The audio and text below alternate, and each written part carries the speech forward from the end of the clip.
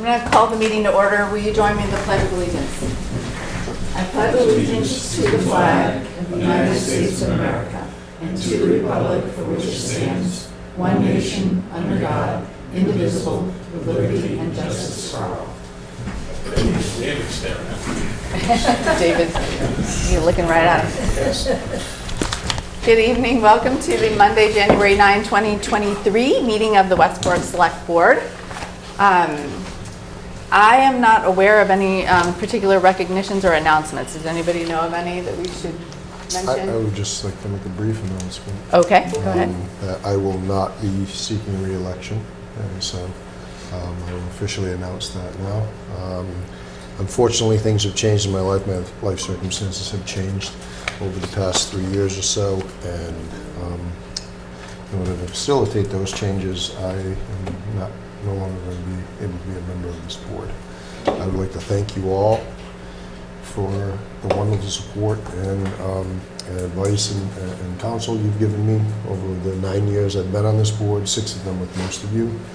And I really also would like to thank you because I wouldn't be able to leave this board if I didn't feel I was leaving it in extremely capable hands and with a good future ahead. So I thank you all very much, and we'll see what happens. You still got to come in until April. Still got to come in. I'll still be here till April. Thank you, Brian. We will miss I just you. won't be We're here going to past miss it. you. We will miss you. This is a good time to mention the nomination papers are available. Okay. So the nomination part are available at the town clerk's office. There are 2 select board seats open. I think 2 school committee, the town clerk. So there's a number of positions that are available. So if you're interested, you can check with the town clerk's office and pull papers for the April election. I don't know what day it is, but second Tuesday in April. 11th. Steve was just calling to my attention a prominent citizen who passed over the holidays, and we think that he was involved in some town stuff. I couldn't remember if he helped us volunteer on a few committees or not, but Jack DeVoe passed away. Jack DeVoe. Oh, he was on the energy committee with us. Yeah, they didn't say it. He's an electrical engineer, very nice guy. Right. Very, very nice guy. Spent a lot of meetings with him, and he was very much involved in trying to get solar panels on different things on buildings in town, and trying to get some wind turbines up and whatnot. He was a really great guy. A wonderful human to be able to speak to and pick his brain, and, very, very bright, very intelligent. It's a big loss for our community. Cindy, did you have something to say? about Also, Bob McCarthy served 28 years on the Finance Committee. Bob? He recently resigned from the Finance that? Committee. Oh, okay. So we had a. I thought. I was like, wait. We had a brief scare there. He's left Okay. public service. All right. So we've had. Still very much alive. but, Okay. Has resigned from the. So the Finance Committee, so we had, Cindy mentioned, for those of you who can't hear, so there was a resignation from the Finance Committee. I think they had an open spot on the Finance Yes. Committee as well. So people who are interested in serving on the Finance Committee should talk to the town moderator. The town moderator does appointments to the Finance Committee. But yeah, Mr. McCarthy, he was on there before I was there, so he's been 28 there a years. while. So good luck to him. And our sympathies are with the DeVoe family. All right, so now let's move on to our first agenda item that we have is a request from the Zoning Board of Appeals. So let's start with you. Welcome, Mr. Menard. Raj Menard, Chair, Zoning Board of Appeals. I assume you have We do. this? Okay. Pretty self-explanatory. We had a meeting, we reviewed the past several years' cost to run a zoning board and projections for next year. And we came up with this schedule to essentially to just cover the cost of running the Zoning Board of Appeals. So this is, you came before us a few Yes. meetings ago to kind of talk about you're doing this. So now the ZBA has voted on and Yes. is asking for us to approve these increases. That's correct. Okay, great. Does anybody have any questions or comments? Is there anything from the public about the zoning fee changes? Seeing none, I'll entertain a motion. You have to read it? Do we have to read them? All right, so let's read them. I believe so. Do you want to? For the record. So the zoning petition fees. So I'll entertain a motion to set the fees for the zoning petitions. Administrative appeal usually has 1 to 2 hearings. It's a proposed $500 fee. Petitioner requested continuance after the first continuance should be subject to a $100 fee per continuance. Variance usually requires 1 to 2 hearings. A proposed fee is $500. Petitioner requested continuance after the first continuance should be subject to a $100 fee per continuance. Finding, usually 1 to 2 hearings. Proposed fee $500. Petitioner requested continuance after the first continuance to be subject to a $100 fee per continuance. Special permit cell tower is proposed fee is $2,500. Special permit adult entertainment is $2,500. And there's a note here, it's likely to take several hearings. Those are hearings require multiple, not just 1 or 2 hearings. They usually require a lot. 40B, $2,500. All other special permits, usually 1 to 2 hearings at $500, with the petitioner requested continuance after the first continuance should be subject to a $100 fee. So moved. Second. Is there any discussion? Is there anything I missed in there? No, you got it. All right, all in favor? Aye. That's unanimous. Thank you. Okay, so we'll put this on the website. Thank you. Thank you very much. Did we have to vote on the day that they start? Do we have to see the effective date? All right, so can we have a motion to set the, Roger, we forgot to set the effective date. What date do you want to start? Do you want it immediately? Immediately. All right, so can you, Well, Yeah. I'll amend my motion, my second. There you go. well, we already voted. I think it has to be a new motion. Okay. I'll move that we make those effective immediately. Gonna mess up Paula in a second. All in favor? Aye. Okay, that's unanimous. Sorry. All right, we won't make the same mistake on waterways and funds. So we have a request from the Marine Services to increase fees. Do we have someone from them?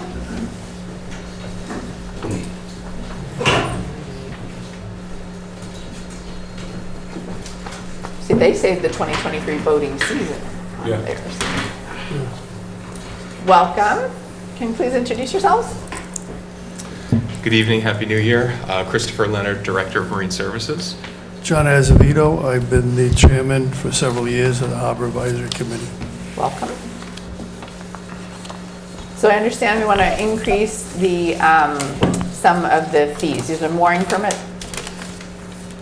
There's 3 fees that are going to be, we'd like to increase. These fees have not been increased in 4 years.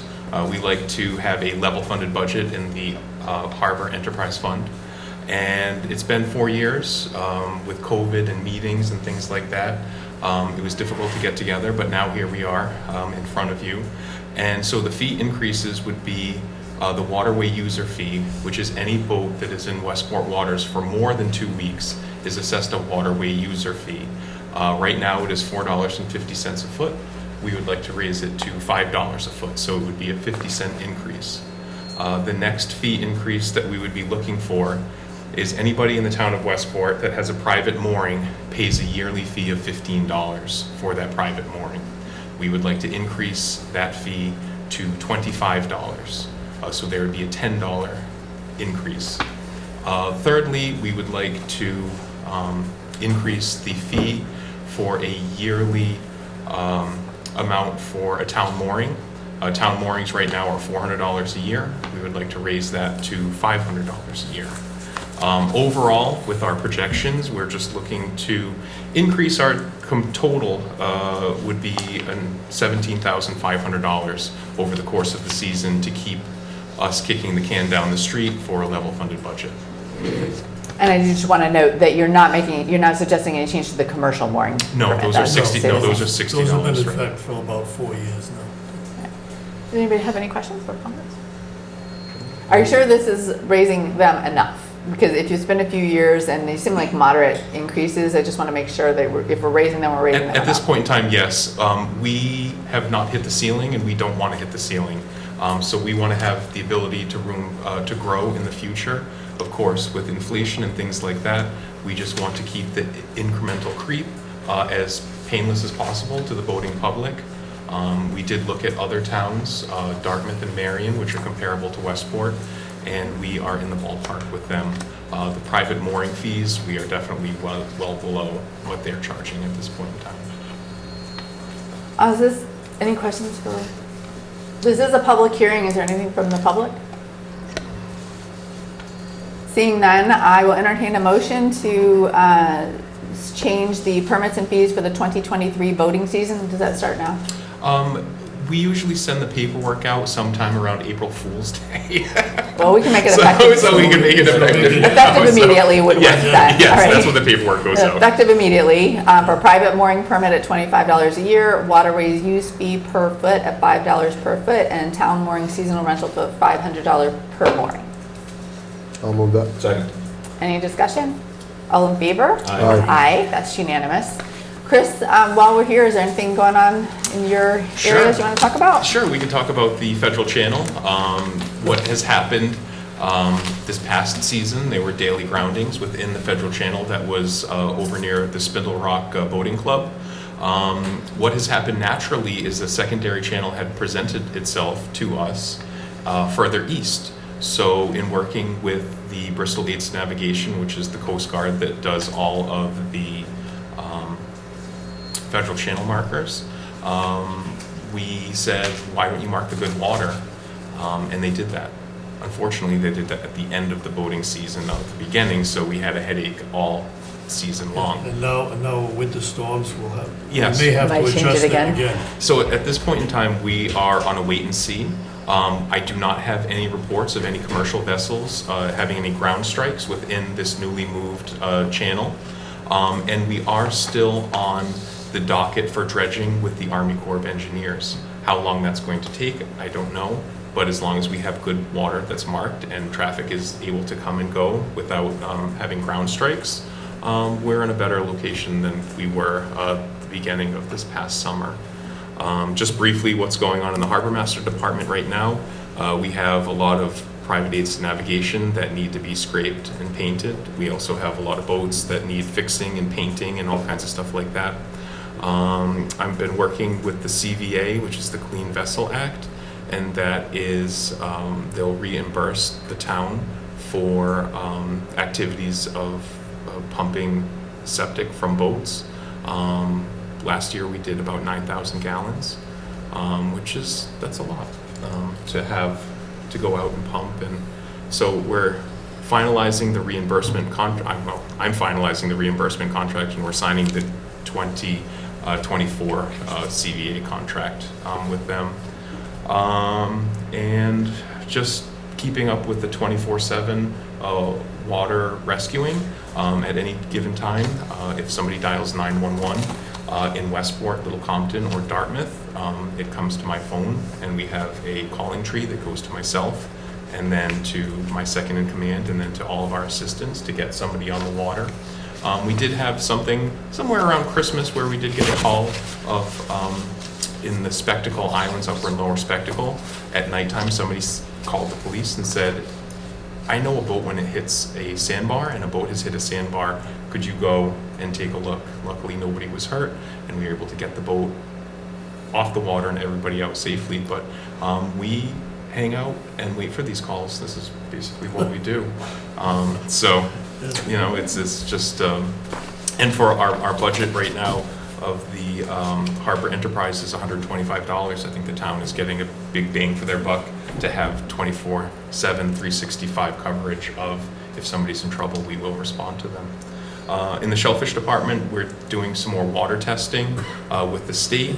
We have planted 5,000 bushels of quahogs this past season, and we are slowly opening up the areas in which townspeople can then go. It's my estimation that there is over $500,000 in quahogs in the Westport River for the townspeople with commercial licenses to go and dig. These areas are open 3 days a week because we don't want to flood the market, and we also don't want to basically take all of the hard work and just say, come and get it, and, you know, fill the boat. People are, It's going, yeah. and it's gone. So people are allowed 3 bushels a day as commercial diggers, and they do quite well, giving back to the townspeople. And just basically the day-to-day shellfish checks, and making sure that everybody is bringing in their their allotment, and no fighting and no biting out of the water because, you know, there's a lot of, it's when you get into shellfish territory, lobster grounds, these kinds of things, people think everybody thinks that they own the water, and we have to be there and regulate everybody to make sure that everybody gets a fair shot. I saw in that storm, it looked like your office down there got pretty flooded. I don't know how often that happens. Since I've been working for the town, starting in 2007, working part-time, we would always say, oh yeah, the water's coming up to the second step of the office. This storm, it came to the first row of shingles on the bottom of the office, so now we've set a new bar. I went down there, and I was standing on the Wharf House, which is the building that is just north of our office. The Wharf House deck out front was floating, and I was able to step on it, and we had some other people that worked for the oyster operation, and we were able to get with them, and they were able to help get any gas off the dock, make sure that there was no just kind of things floating off into space, because we haven't seen water like that since You needed a boat to get to your boat? you needed a boat to get to the boat. But since 2007, I've never seen the water that high. We do have a hatch in the bottom of the office that in the event of major flooding, we will take the door off the hinges, we will open up the hatch, and we will chain the actual building to the ground to let the water in and let the water out, because we don't want it to go floating off. So anyway, You're prepared. we're prepared, but I hope this isn't a foreshadow of I think anything. the last time it came, there was Bob. Was Bob, and Yeah, I was just it went up about a young whippersnapper back then. Does anybody have any questions for Chris while he's here? How'd the scallop season go? Not good. No. No, there was a lot of, what happens is if you have a lot of freshwater influence in the spawning time, it will just kill them. Oh, yeah, too much rain. We had too much rain. But we're hopeful. I mean, it seems to me the best correlation that if we have a really bad drought, we might have a good year of scalloping. I have had some reports on the east side of Gooseberry of some scallops out in the ocean. But I have not had the time or want to go out there and tow around and check to see what's going on, but I don't know why. yeah. All right, anything else for Chris? Thank you guys for coming. Alrighty, thank you. Stay Happy New safe out Year. there. I hope you have your phone does not ring. Me with too. calls. Yeah, that's a good day. Thank you. Thank you. The next item we have is a request from Sarah Delano of Delano's Daily Grind. You can come up, formerly Gray's Daily Grind at 638 Adamsville Road for a common victualler license. Welcome. Thank you. So, do you just want to introduce yourself? I'm Sarah Delano. My husband and I just purchased Grace. And that's what I got. All right, and Famous now. I know. Not one for the attention.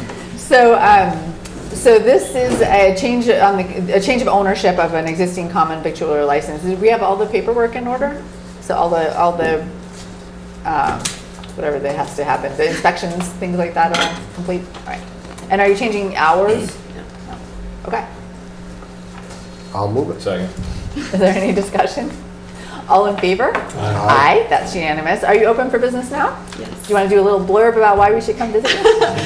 It's the best coffee around. And that's it. All right. Well, thank you. Have a great day. Good luck over there. Then we have Nick's Pizza.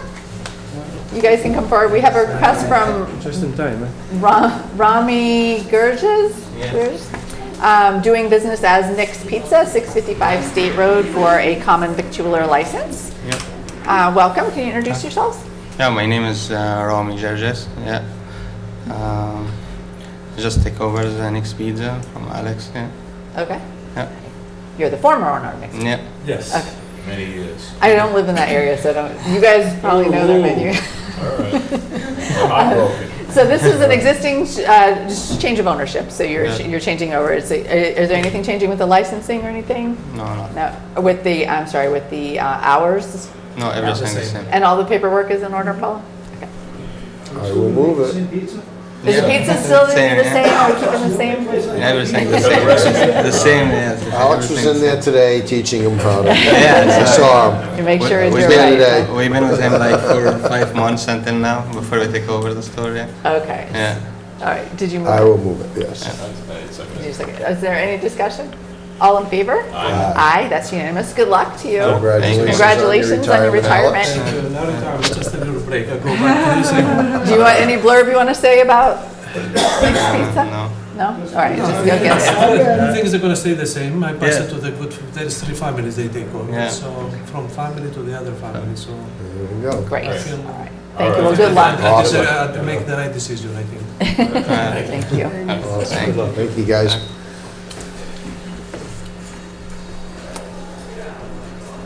I forgot to ask, where is she? No, go ahead, you're good.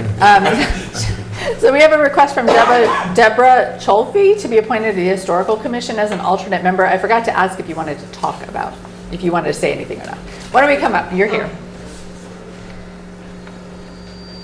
I wasn't sure if I was supposed to come to this meeting. Sometimes people come, sometimes they You guys have a don't. good time here. We like it when people come, we appreciate it. So you're Deborah Cholfi, and can you just tell us a little bit about why you want to be on the Historical Commission? Sure. I have been going to their meetings for now about a year. We bought a house here in Westport on the Point about 2 years ago, and it's in the historic district, so I started going to the meetings to learn more about, what it's all about, because we wanted to renovate our house. So I just started going to every meeting, and I really enjoyed going. I liked the group. I got to know Bill Kendall a little bit, and some of the other members, Rudd. And at one of the Westport Point parties, literally, Rudd said to me, "Why don't you join?" I said, "I didn't know you were looking for people." And he said, "Yeah, we need people." So I said, "Sure, I'd like to get involved." So that's how it began. Oh, well, thank And you. then I went to the last meeting about a month or so ago, and Rudd encouraged me to write a letter to you guys, because I guess you have to approve such an appointment. So that's how all that happened. All right, So great, thank you. Thank you Welcome. so much for coming forward. it's my pleasure. I actually like this meeting quite a bit. You guys have a lot of fun. So, do we have a motion to appoint Deborah Tolpe as an alternate member? I'll move that. Second. Is there any discussion? Thanks All for in coming. favor? Aye, that's unanimous, thank you. I just want to take a moment and say, we have a lot of committee openings. Even committees that you think are full, some of those are people who really would like to find someone to replace them. So if there's any special talent, any special interest you have, we have lots of opportunities to How do serve. you in advertise Westport. that? We try on the website, we talk about it at every one of these Town Westport. meetings. It's hard to get the word out, but, Go to parties. There you go. well, there we go, that's Send my invites, problem. we'll I be didn't there. get it. Thank Thank you very much. I'm going to Thank you go so to the other much. meeting, which is in process right now. Oh, Don't forget, you have to get sworn in You by do have the to get- town clerk. yeah. I'm just going to go as an observer tonight. No. All good. So the next item we have is a request from Chief Pelletier to appoint Raquel Rodriguez as a full-time EMD dispatcher. So this is just a vacancy in the department, and she's already I think she's a reserve officer. I'll move that. Second. Is there any discussion? She's not here. All in favor? Aye, that's unanimous. We have a request from the Buzzards Bay Coalition. Do you want to come? We have a request from the Buzzards Bay Coalition to approve the conservation restriction entitled Angeline Brook Headwaters 2, Meadowbrook Lane, Westport. So this is previously approved by the select board, but I don't know, what is it we need to approve now? Welcome, can you introduce yourself? Of course, yeah, thanks. Good evening. Alan Decker, Director of Land Protection with Buzzards Bay Coalition. This is a project that has, as was mentioned, been in the pipeline for quite some time. This is property that the coalition actually owns. We acquired it in June of this year, but well before that, as part of the strategy for protection of this property, we worked with the town to attract a federal grant to help with funding the overall project. And what that funding is to do is to actually be applied to the purchase of the conservation restriction that you've got in front of you, along with maps of the property. This is right on the tail end, if you will, of Meadowbrook Lane. And approval that's happened so far was Select Board approving the submission of the grant. The grant was awarded. It's being funneled through, if you will, the Conservation Commission. They would be the holders of the conservation restriction, and I was in front of them early December. They have voted to approve the conservation restriction. That's what I'm seeking this evening, is the select board's approval of the conservation restriction, and then I will work with Mr. Hartnett and town council to effectuate the closing and the purchase of said conservation restriction. It's all set up. We just have to follow the various steps, and one of the principal holdups was actually the obligating of the grant funding. You don't even want to get started on it. But essentially, we want to own this property long-term. As you saw on the map, it connects to other existing open space. We want to formalize a trail network there, make it open to the public, and get folks out there as quickly as possible in conjunction with the Conservation Restriction, or Conservation Commission, excuse me. Thank you. Happy to answer any questions any members might have. Any questions? I have no question. I'm going to move it and make your life a little easier. Because I know this was not easy. And I want to thank you guys for, all you do for the town. You've helped save a lot of these types of properties and these things, and you've invested a lot of time, efforts, and resources into the town. And so Thank you. Move that with pleasure. Second. I second that. We wouldn't be Westport if we didn't have partnerships with people like the Buzzards, with groups like the Buzzards Bay Coalition and the Westport Land Conservation Trust. So you guys are really helping keep Westport. So thank you. That's the idea. Is there any further discussion? All in favor? Aye. Aye. That's unanimous. Thank you. Wonderful. Anything else going on you want to? Well, actually, just let me check, Paul, I will get that signature page from you later this week. Yeah. Okay. Is it going around now? Unfortunately, I'm in between my abilities to be a notary, so my commission is not in place. So I'll get with Ms. Brown on Be ready that. for you But- tomorrow morning, that's fine. Okay, I'll arrange to get it. Given the opportunity, I would like to let the board know, as you know, we were in front of you earlier last fall on the property that's literally just east of this, that 559 Main Road property.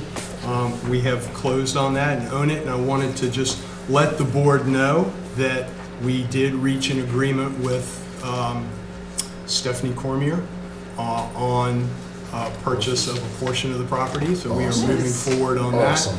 She seems very, very pleased with the outcome, and as soon as we're working with the town planning board to get the subdivision of the property squared away, but I anticipate closing with her mid-February, something like that, once we get everything approved. So it's a good outcome. I strongly remember the public hearing, and I was glad we were able to work this out. She does, as I said, she does seem very pleased, and I wanted to make sure that the board was aware of that. Great, thank you. Great job. Thank you. Nice. No, that wasn't easy, but thank No. you. Once again, thank you. That was, that It's was a a good difficult result. situation, and you guys stepped up to the plate. All right. Thank you. Thank you very much. Next item, we have a request from the Personnel Board, is that what you're here for? To sponsor an article on the annual town meeting warrant for a townwide salary study. Welcome, can you just introduce yourself? Absolutely. Hi, I'm Cindy Brown, and I am chairperson of the Personnel Board, so today I have my Personnel Board hat on. I do have a handout here that isn't necessarily pertinent to the discussion, but certainly an example of the work product.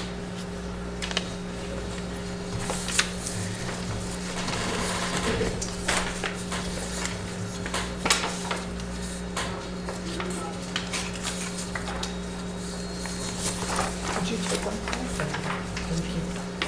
Didn't get saved. So just for, I'm probably going to get this wrong, just Yep. for those folks following along, don't know what the Personnel Board is. The Personnel Board is an entity that is responsible for the employment agreements that we have and the personnel bylaws that we have related to employees who are not under union contracts right. or other employment contracts. Right. So there are we have a handful of people who are not under a bargaining unit or under a specific employment contract. So that's where the personnel Right. bylaws come in.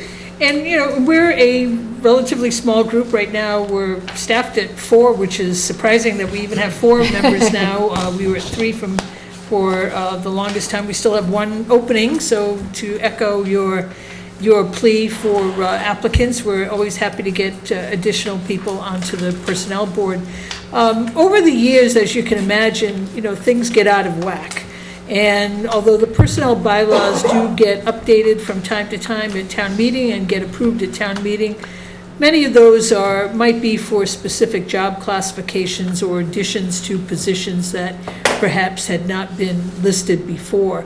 But certainly the salaries over time have really become disengaged with one another, that there may be similar positions that have different titles, certainly different pay ranges, and that's really across the board, whether it be for administrative position or even a managerial position here in town. So what the Personnel Board is proposing, hopefully along jointly with the Select Board, that we sponsor an article at the town meeting to have an independent salary and compensation and classification survey done by an independent firm that would evaluate all of the positions in town, and we can tailor it to how deep we want to go. I did speak with a firm called HRUS that has done many local communities. As a matter of fact, they just finished one in Duxbury. I've provided you the executive summary that they completed in 2021 for the town of Duxbury, which is very comparable in size to Westport. This is just the executive summary. The full report was about 140 pages, so I chose not to lug that in here. I can certainly email it to you, or if it's on the Duxbury website. The town of Dartmouth has recently had this same survey done, and they are now doing the town of Somerset. So many local communities feel the same pinch that we have, that things have just gotten, you know, out of whack.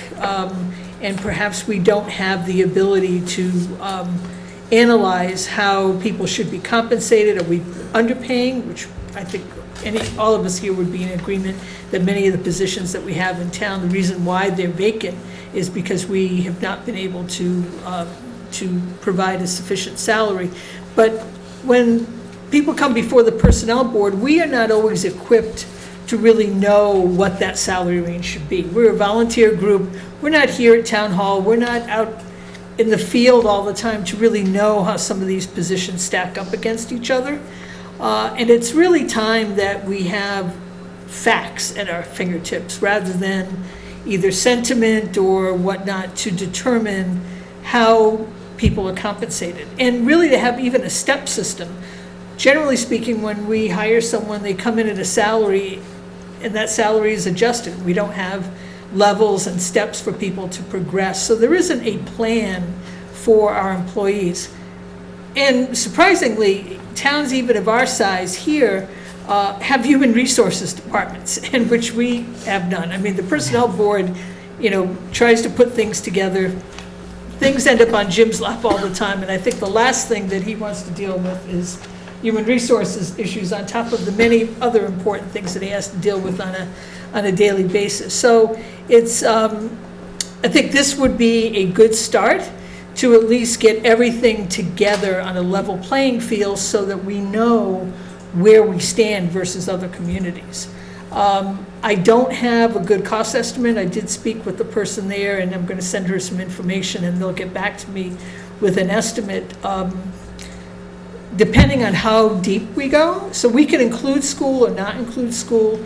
This group, HRUS, limits themselves to really pretty much under 200 employees, closer to like 150. So generally speaking, they don't include schools because schools typically negotiate on their own, and the salaries tend to be a little bit more comparable and easy to see from the community. I don't believe they deal with rank and file of police and fire because those are also heavily negotiated. But they will deal with administrative staff and all other, even union staff, whether it be administrative or managerial in other departments. So we can tailor it as to how much we want. My belief is that the estimate would be somewhere in the $10,000 to $25,000 range, and that's a little bit of a guess on my part, a little bit of fact-finding that I've been able to do. Maybe it's higher if we want more, maybe we can trim some of that. But I think it would be a good start. I think this is a study that's long overdue. I certainly am well aware of how tight our budget is. But, we lose people every day, it seems, that are taking a position in another town or even in the private sector because the salary is better. It used to be that having a municipal position had a lot of other benefits attached to it. But that's not really the case as much anymore, and I think that, we compete with the private sector as much as we compete with other municipalities. So it's important to know that we're competitive and that we can pay the people the amount of money that they deserve. We have so many dedicated town employees that have worked here for many years, and then we realize when that person leaves the department how underpaid they've been for so many years when you try to replace them. So I think it's high time that we try to get some good information. So we would look to have a co-sponsor of the select board along with the personnel board, because some of these positions would be union positions that we would analyze for an article at town meeting to fund such a study. Jim, did you have any recommendation or anything to add on to that? No, I think overall it's a good idea. It's interesting when negotiating with unions, but it's something that's needed. We need to get comparable with other communities, and we need to know what those comparisons are. So I recommend that if we can find the money to do it, that we go forward with it. I am in favor of it, but I worry a lot that we won't be able to do anything with the results. That's my concern. Dick, did you? Yeah, you mentioned the unions, then you said they were not included. Well, the personnel board doesn't have the purview over the union positions, but they would analyze, because, we've seen comparisons of part-time personnel here, say at the town hall, being compared to a similar type role, but it's covered under a union contract because it's full-time. And where the job description is the same, it's just the number of hours that a person puts in. So it could go either way, and we certainly could have, a follow-up meeting to this to determine how far we want to take this. I think, and we can have just a compensation study done, or we can have a classification and compensation study done. Classification would delve a lot further into the job descriptions and whether or not they really accurately describe the positions that people are in, and how they stack up against other positions either within town or in other communities. So, we've had 2 instances just in the last year of people seeking reclassification of positions. And the personnel board really is just we just lack the good information to be able to make an educated decision on all of these, because we just don't have the set of information in front of us. How many employees or positions will the survey be looking at? Jim, refresh my memory. So you said townwide we're 290 and schools take up 400. For 400 and schools take up 250 of that? Yeah, I think it's more than that. More than that? It's 290 with the schools. 290 with the schools. 114 with us. Right, and that includes police and fire. Right, so if we called out police and fire, maybe we're talking 50, 60. 70. 50 to 60. Right. Okay. Good. So the action that we would want, I think the action that would be appropriate here is to vote to put it on the warrant, on the town meeting warrant. And then we don't need a dollar amount yet, right? We do not. All right, so we could direct you to work with legal to craft the article, and then we could maybe ask, I think we need more cost information. Absolutely. So that we could set the right amount. Right, and more information about the scope. Right, okay. Did you get that? I got that. So, Is there any other discussion? Okay, go ahead. should we make a motion to? Yeah. Okay, so I make a motion that we put an article on town meeting warrant for a town-wide salary study. Second. Is there any further discussion? All in favor? Aye. That's unanimous. Wonderful. Anything else while you're here? No, not in the personnel board. Like I said, we would love have to have budget discussion additional. coming up. Yeah, I'm going to stay for that. I think, as someone said, this is fun night out on a Monday night, right? So I'll still be home in time for the championship game, plenty of time. So Thank you. I will definitely stay for the budget discussion. Thank Thank you. Thank you very much for your support. We have a request, 3C, we have a request from the planning board to initiate amendments to town zoning bylaws for consideration of the 2023 annual town meeting relating to flexible frontage, accessory apartments, and solar energy systems. So you all will recall this is a multi-step process. The first step is for us to refer this to the planning board, and then the planning board's going to do a bunch of work and have hearings and such. Is that about summarize it? It's the process we need to refer to the planning board. Okay. Can I just move that we refer this to the planning board? Yes. Second. Any Make it discussion? All in favor? Aye. It's referred to the planning board. We have a request from Carol Freitas, Veteran Service Officer, to accept the following, she's not here, is she? To accept the following donations, anonymous, 4 $25 gift cards, William and Pauline Barabee, $50, Veterans Christmas Food Basket, Donald Willett, $40 from Veterans Monument. Move to accept. Second. Any discussion? All in favor? Aye. That's unanimous. We have a request to place the Diamond Regional High School debt exclusion question on the April 11, 2023 ballot. This is the same debt exclusion that was on the previous ballot, but we were worried we did not have enough information out to the public about what that was actually move it. about. Second. Is there any discussion? I'm sure, yeah, just in this, obviously people at home are not looking at this, but in this letter, there's no amount about the MSBA. Is that simply because that has to be figured out later on? No, so the debt exclusion questions, we get this a lot. Debt exclusion questions have very specific legal language that is required, and the dollar amount of that debt exclusion is not part of what is allowed to be in the question. This has an impact to Westport of about $450,000 a year. But yeah, the reason debt exclusions are so confusing is because there is no dollar amount. We're not allowed to put a dollar amount on it. Yeah, if I follow up, I'm really looking at the explanation, Oh, I'm not where it talks about the total project cost of $293 million. And it says the MSBA will pay up to, and that's left blank at the moment.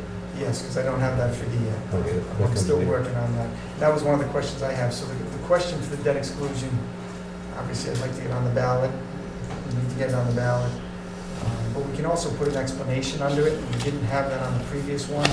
So that, what you're looking at there is an example of what the explanation could be. I'd like, the board to review it at their convenience and let me know if we should make changes to it. So because the explanation here is a $293 million project, which is true, it is a $293 million project. But the Westport share of that is 5% of the not reimbursed costs. And I think the other thing that was not clearly understood at the last ballot is we have already agreed to pay this money. Westport is going to pay this money one way or the other. If it is debt exclusion, we can increase the property taxes to do that, so it will not affect the operating budget. But if we do not have a debt exclusion, this will come directly from salary positions here in town, and that would be devastating. We can probably make it through this year because the cost is only about $100,000, but next year it'll be about $400,000 that would hit our operating budget. It would be devastating to the personnel in this town. So I do think, I think the explanation needs a little work of whatever we're allowed to put on there about we've already agreed to pay. This is just how we're going to pay for it, and then really the implication to the average Westport homeowner is only about $50 a year. I think it's like a $50 a year impact to most homeowners. I think along with, the approximate impact, we need people to understand that we're not paying paying 5% of $293 million. We're paying 5% of, I think there's a 78% in reimbursement, correct? Yes, for the eligible So, costs. so almost 80% the state's paying for, so 20% of that, we're actually on the hook for about 600,000, I think, or 6 million about, is about what ends up being Westport's, I think, the share over a 30-year period.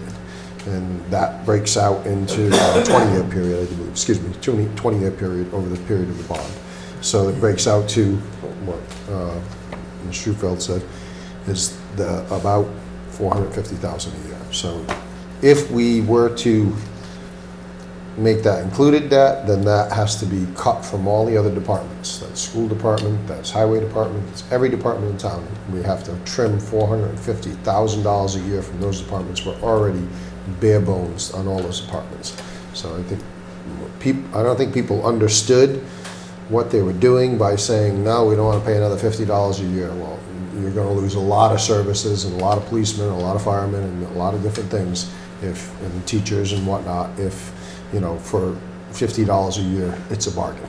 So I encourage people to not just say, oh, it's another tax increase. If you want to invest in your own community, you have to, you know, keep the money local. And that's, you know, that's the only way to do it. Were you done with your, I know. Yeah, no, that could. Okay. So I think, Jim, the explanation, because the explanation that's been presented to us in this letter from the town administrator just talks about the 4 different communities paying for it. I think it should be a little bit more clear about what Westport portion would be. And I think it should be a little bit more clear that we've already agreed to pay this money. This is how should we, where do we come up with the money? But did you have a motion in there? Was there a motion yet? I had already moved to put it on the ballot. Okay, yes. so then we had a motion and a second to put it on the April ballot. Yep. Is there any further discussion? No, I didn't know if it was a ballot or a warrant. The ballot. It already passed. It already passed at a warrant in a town meeting, so it's already on the town meeting warrant. So now we need to vote. All right, all in favor? Aye. Aye, that's unanimous.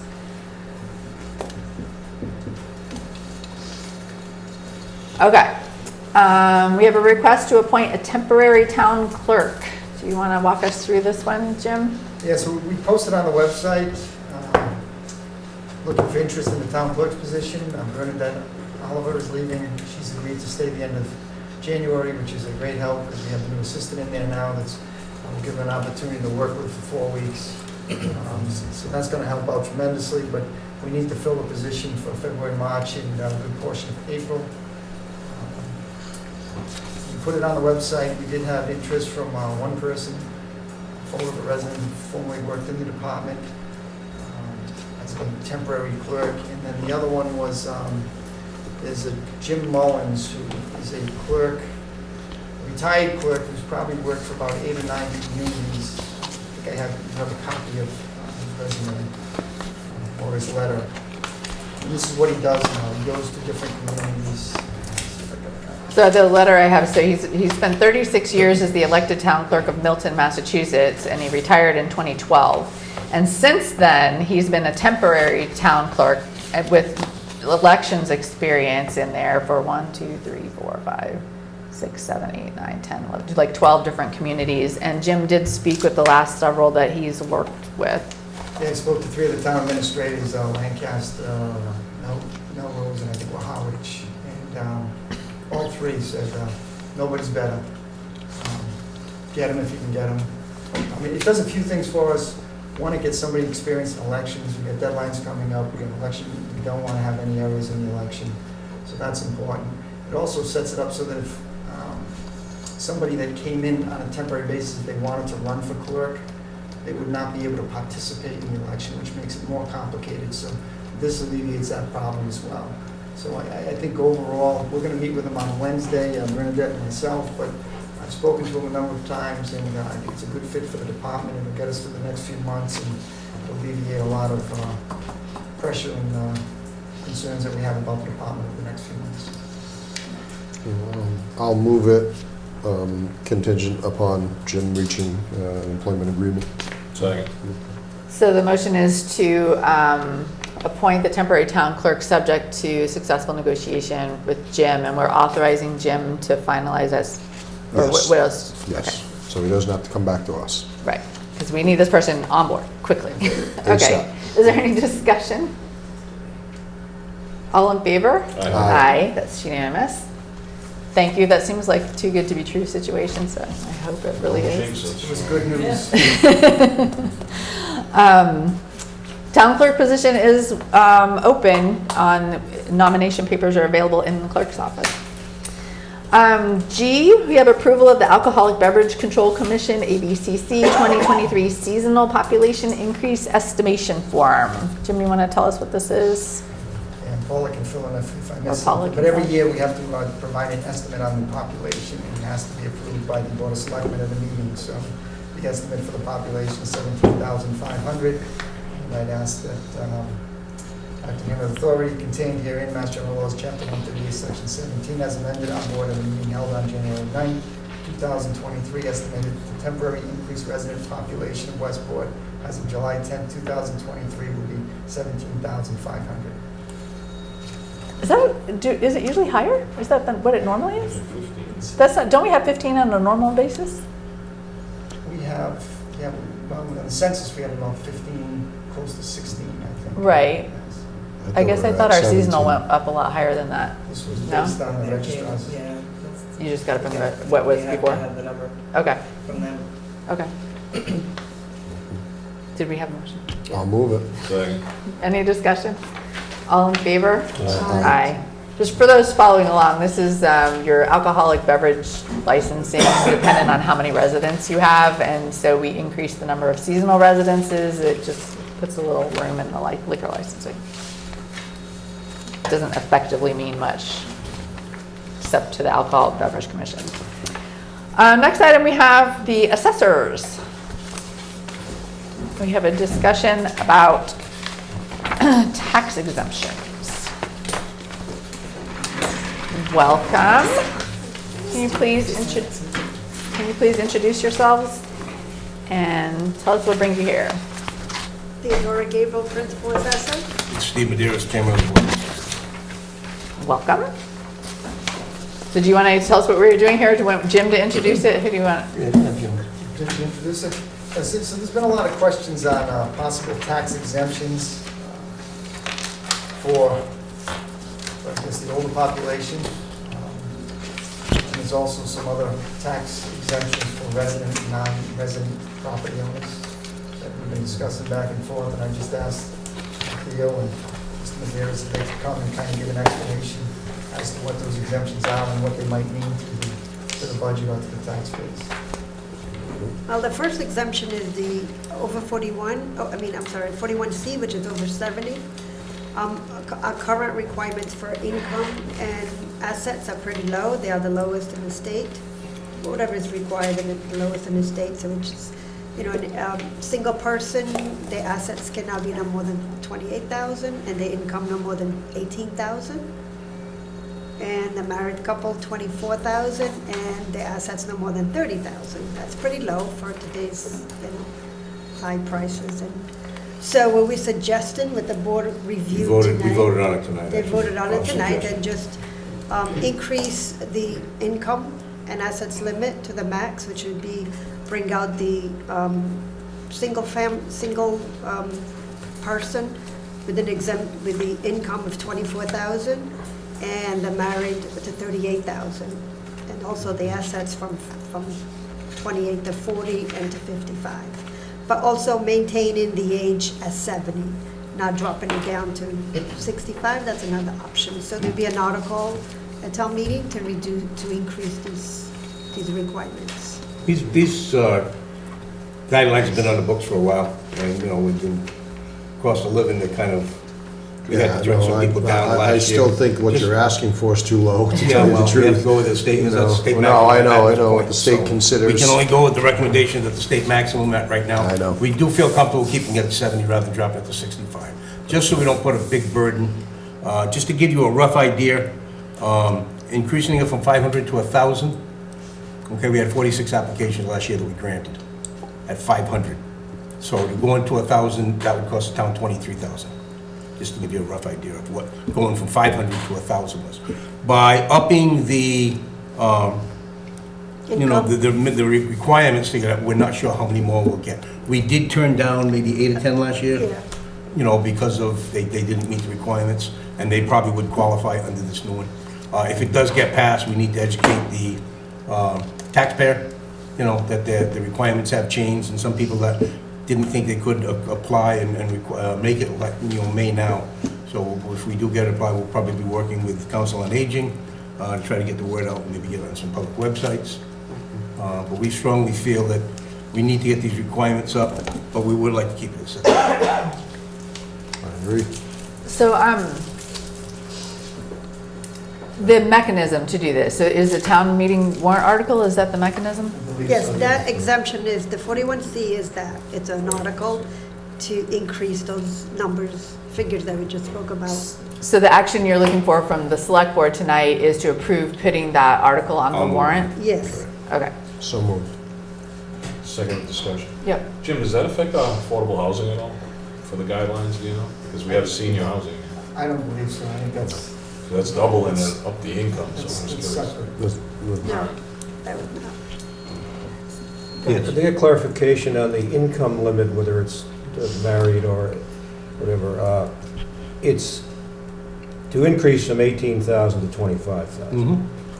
And that's the maximum one can enjoy in terms of income in order to be eligible. So it's a limit, it's not a floor. No, it's a No, limit. that's the limit. It's That's the every ceiling. year. They made 26,000, they wouldn't do it. Right. Right. And every year that number increases because the deduction for the Social Security also increases every year. So every year they increase about 5%, 6%, depends what the exclusion is for the Social Security. So you add that on to the 25. No, I think they that's use- the max. they That includes the Social Security Oh, deduction, okay. I okay? misunderstood. So, Yes. so it's basically their adjusted gross income, not Yeah. their whole income, but whatever their AGI ends up being, It's which is the- what they pay tax on. That's kind of the number you're It's using. the gross income. Yeah, So that number would increase, that also includes the Social Security deduction. Because Yeah. technically, the actual income limit for this new clause would be 20,000 for a single person and 30,000 for a married couple. But then there's the exclusion for the Social Security. Every year, the Social Security, there's an exclusion in there, an amount that every year if they increase the Social Security amount, this also increases. Okay. Well, that's what I was asking, but so the 25 in effect becomes 30? Or it becomes 20? No, that amount right there already includes the deduction for Oh, I Social see. Security. Okay. So in other words, if someone is filing for an exemption for over 70 and they do not receive Social Security, they only have a pension, Mhm. that requirement would drop down to 20,000. Yeah, that's what I'm Okay, saying, yeah. but 99.999% of anyone that applies for this or qualifies, they receive Social Security. Yeah. Okay, Okay. because the income is, I know we have a couple of people who have questions, but I want to see if there's anything on the board before we move to. Right, so I see you, David, but we're going to go to Cindy first. Yes, I just had a question. The exemption, will that come out of overlay or be spread out on the levy? overlay. So that comes out of overlay? That- Okay, yes. I just wanted to, okay, thank you. Thanks, Cindy. David Cole is remote. He's been working a lot on this issue, I know. So, David? Okay, yeah, I have been working on it quite a bit over a period of months, and I recommend it to the board and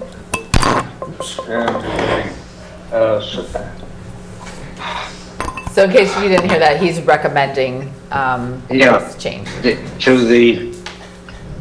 to Theo and her board, their name. Anyway, I think we should go all the way to open this up. And that means to reduce the age limit from 70 to 65, and that we should reduce the amount of increase the amount of the exemption from 500 to 1,000. And this doesn't take anything away from the total tax revenues. It doesn't cost the town anything. It just permits an increase in the available exemptions for people who would qualify. And it would result in a minimal increase something less than 1% of the tax on the rest of the community. So it's a matter of fairness, it's a matter of equity, it's a matter of meeting the needs of low-income, elderly citizens of the town. And we've got a very good example from Somerset, where they've gone even beyond the $1,000 exemption and raised it to $1,750. And all I think we should try to do for now is to go to 1,000. But to keep the exemption at 500 makes it so small, it's hardly worth the trouble. And Steve, can you just review what you're recommending again? We did recommend the 1,000, David. We did, however, just voted on as a suggestion to keep it at 70. Cushing, Dartmouth, Fairhaven, Somerset, they're all staying at 70. So the assessors are recommending keeping it at 70, but they are recommending the up to 1,000. And raising going both to of them. 1,000, all right, I'm Yeah, with that. we had mentioned that. I don't know where you go with that one. I urge you to reduce it to 65. It isn't going to bring in a whole lot more people, but I think it would extend it to the limits that are available from the state, and I really think we should go that additional step. Well, Thank you, David. You were saying it doesn't cost the town money. It does come out of our overlay budget. I mean, there is a cost involved with this, obviously. If they're No, getting an I'm exemption, sorry. it's not coming in taxation, so it does have to come out of our overlay budget. No, it doesn't. It increases the potential for exemptions for these people, but it doesn't affect the tax levy limit. It doesn't affect the total tax revenue. It shifts about 0.3% of additional tax burden to the rest of the community. That's all it is. All right, thank you. So the motion is to to add to the warrant article the assessor's recommended limits, or based on the Yes. assessor's recommendation. So that's the motion on the table. Is there any other discussion? I was just curious how the assessors feel about the age 70 versus the 65. Is that I mean, we just kind of looked at what other towns in the area were doing. I don't know, I'm 65, I don't think that's over. Well, Unfortunately, I mean, a lot of people are still working at 65. they You are. know, we feel at 70, and then that's probably when you're getting into the retired community. That's basically, that's what I feel. Maybe it's just, maybe I'm self-conscious of being 65. Jim? My, Jim. go ahead, Jim. I just want to check with the assessor, but my understanding it comes out of the assessor's overlay, which is funded from the operating budget. So any increase in the exemption is going to come from the operating budget in the end, so I just... There is a cost. That's right. There's a cost. Yes. And you said, did you say, Steve, it was about $23,000? Is that what Well, you're right saying? now, from going from the 500 to the 1,000, with the amount of people that we applied, that we granted last year, we had 46 applications that we granted last year, you know, at these restrictions. So, you know, going from 500 to 1,000, if those same 46 came back, you know, as long as their income adjustments didn't change any, that would be $23,000 to satisfy those 46. Because we're going from 500 to 1,000, so 46 at $500 a piece is $23,000. But if you stretch the amount. But when we stretch, now that we up the limits, we don't know exactly, we don't have that figure of how many more people we're getting. And obviously, if we go back to 65, there could be even more people than that. Yeah. I Did you, don't know, I Brian? just, I moved it with your recommendations. I just wanted to just throw some quick numbers out there. Okay, average age of American male is 74 years old. Most American men live to 74, most American women are 76 or 77. So the average is about 75. So you enjoy, the average person is going to enjoy this for 5 years. 50% of all people will never make it to the age of 74. Okay, they're not going to get there. A third of all people, who actually pay into Social Security their entire life never see a dime of Social Security. Okay, they die before it comes, a third of all people. So when you're thinking about these limits, you know, there's numbers that you really want to, those numbers to me are, you know, very telltale about what, how we've been pushing the retirement age further and further, and people are retiring older and older and older. But people aren't living longer, that's the thing. And we're the only developed country in the world in which our male or any life expectancy has actually gone down by 2 years over the past 20 years. So I personally support adding the warrant article. I think we talk about the tight budget, we talk a lot about not having enough money, but I think this is one of the places where I firmly believe we need this debt exclusion and that we need the override. But I think these are the people who most need some relief from that, and I think this provides a little bit of relief. So. Absolutely, and that's why I supported it as recommended. I'm just, for the future, we may look at what those numbers will be if we were to lower it to 65. We could probably come up with numbers of what it would cost us to go to 65, but we really doesn't have that down. We don't have to do that this year, but we can look at it. We don't know because we're going by the applications we have. Well, the applications we have, of course, we've never denied anybody for age, but we have denied them on the income limits. And maybe 8, 10? Yeah, last year was about 10 of them. This year so far about 6, so that's a total of 16 in the past 2 years. Out of that 23,000, maybe another 10, you'd be looking at another $10,000. Again, just by the applications we had last year. And the only reason I throw those numbers just trying out to give you there numbers is that you can probably work with. Okay. Looking at 23,000 and maybe another 10,000. So the mechanism though, at the town meeting warrant article would have, I think we need to be prepared to have the conversation about the 65 versus 70 because it's possible that it could be amended at town floor, so we should just know. Sure. So I think that knowing. We're not totally dead set against it. We just kind of looked at the surrounding community and saw what they were doing and to kind of stay at the norm, not rock the boat too much. We looked at the surrounding communities, Cushnet, Dartmouth, Fairhaven, Somerset, all are set. All right, so we have a motion and a second to put it on the article. We do, David, appreciate all the work you've done. I know you're going to advocate for this article a lot, so thank you. Any further discussion? All in favor? Aye, that's unanimous. Was that the only one exemption you want to talk about, or was there another one? Well, there was the residential exemption. I don't know if that's something you want to So discuss. We've looked at the residential exemption in the So just past. like to set a level. Just to give you an idea of the residential exemption, there are only 16 communities in Massachusetts that are adopting the residential exemption. I just want to pause.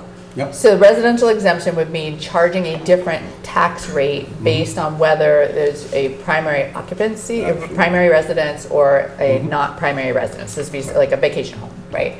So you've been looking at, we have looked at over the years, whether we want to split that tax rate to residential versus the non-residential tax rate. That's what you're talking about. No, go ahead. We looked into it a few years ago. I did some research, called a lot of communities. It hadn't worked well. Some of them actually adopted it and went back.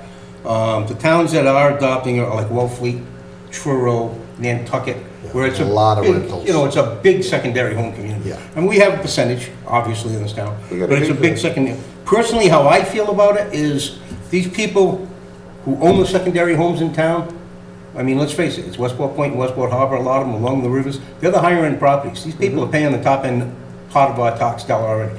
They are getting charged for personal property on the, everything in that domicile, so they're getting taxed on that. And when it comes to town meeting, they don't have any say in voting for the school or the fire department or the police department. So, it kind of goes back to our forefathers, taxation without representation. I don't really feel it's right. And that's just my personal opinion. I just don't feel it. And these people already are paying at the top end. And they're getting taxed on the personal property. And they really don't have any say on the day-to-day business that affects your tax bill.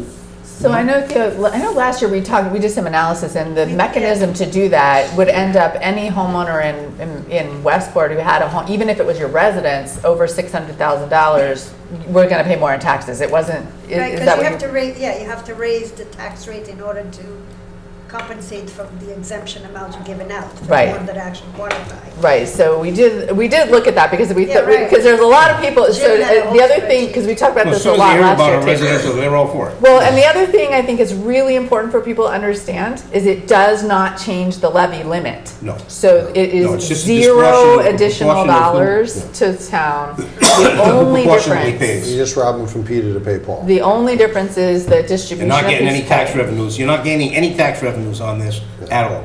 It's a distribution of the wealth. I just want to, I, you know, agree somewhat with your take on that, but the fact of the And matter that's my is personal that opinion, not the board. We have, Brian has one. they're buying an extremely high-end property. And they know it going in. And they're getting the 22nd lowest tax rate in the state of Massachusetts. And probably if you were to look at that regionally, I bet we're even lower if you looked at it in between. I mean, I know it's lower than Rhode Island. I know my friends who live in Tiverton pay 3 times or more of what I pay in taxes in Westport for a smaller house on a smaller property with not as nice amenities. And I think, you know, we're pretty fair already. So to discount it more to people who are at the highest end of the earning potential, that just doesn't seem like an equitable, you know, distribution. The property at any time can become a full-time property because every house now is built to standards to be lived in year-round. There's no more summer cottage exemptions. Those don't exist anymore. Everything that's built is built to be a year-round property, and at any time, they could move in there full-time, they could rent it out to someone full-time. So, you know, if it has the potentiality to be a full-time residence, it should be paying taxes as a full-time residence. So they're all paying the same rate. So every know. homeowner, every No, property I'm just is paying saying the same why rate. I support everyone paying the same rate, and that's why. I also wanted to, this is the time of year where everybody just got the property tax bills. A lot of people complaining about how extremely high their property tax bills went up, which I think is probably anecdotal. But do you want to just have anything to say? I know what people really have a hard time comprehending is your assessed value went up. Probably almost everybody's probably went up, right? But your tax rate went down, right? So is there anything you want to talk about the people complaining about their tax bills? Sales determine values, and residentially, we went up right around 10%? 10.5% across the board. Some of the higher end properties reflected that even more. You know, where people get upset is, and we've heard it, we've heard it a million times, you can't raise my taxes more than 2.5%. 2.5% is a levy. That's what that could be raised. Your tax bill, basic example, you've got a house here, all of a sudden, they put a subdivision behind you, and every house in there sold for $850,000. That's going to affect your property, especially if you've got a bare lot on the side. You know, maybe your house only worth $300,000, but you own this lot, and everything around you is $850,000. That's going to affect that piece of property. So that might jump 20%, might jump more. You know, it's just a scenario. But basically, across the board, they want to put up 10%. Only built the school.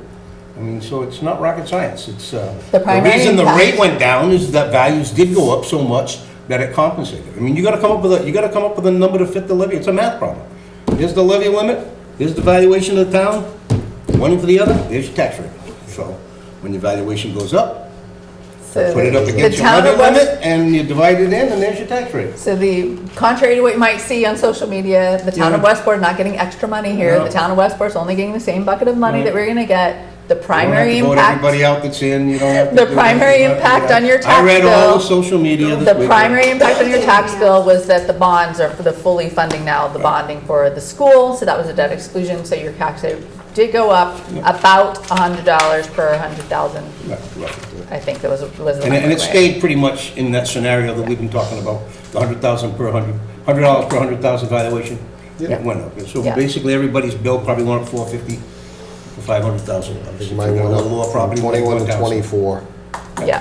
So, All right, anything not else for bad. the assessors while we have them on the hot seat here? All right, and did you have anything else for us? No, I think that's it. Thank you too, by the way, I don't remember if you were here or not, when you found we were able to increase the growth because of work that you did, But and it's a department effort. We all work at it. We did a lot of cyclical inspections this year. yeah. Over the past couple of years, we've had about 5,400 cyclical inspections, which is a very thorough inspection of all the properties, and that's continuing. Physical inspection is basically something the state mandates. We have to physically get on every property within a 10-year period. 9-year period? 9-year period. 9-year period. We have to physically visit every one of those properties. Now, when we go out as assessors, we follow the bulletin board. So if you put an addition on, you put a roof on, we're going to be there to see that. That counts as the physical inspection. But properties that haven't been visited, we've got it in our budget, we've got a guy, Mike Gobler, that goes out and does it. I actually do it for the town of Berkeley in my spare time.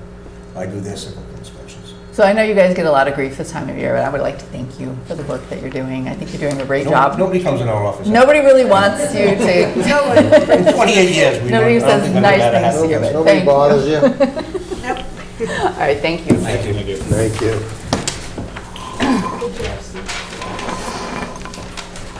Discussion 4B, the disposition of the old high school.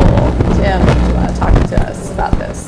Yeah, we discussed this at the last meeting, and board asked that I put on the agenda again. Unfortunately, I was out with COVID. Yeah, so I think it was put off a bit to your input as well, but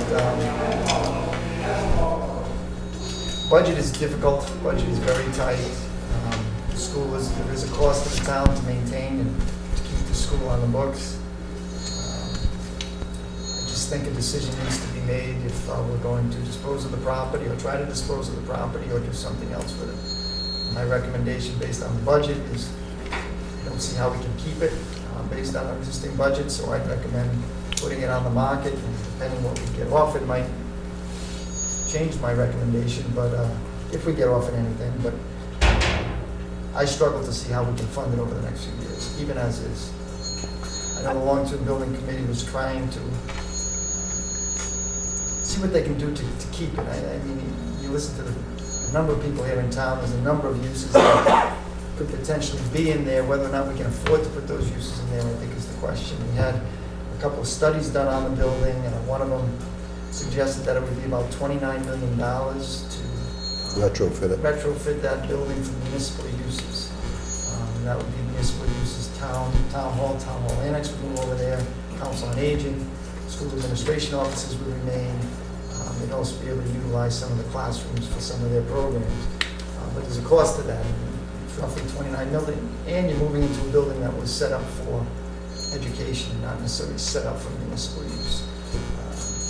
It's been done in a number of communities.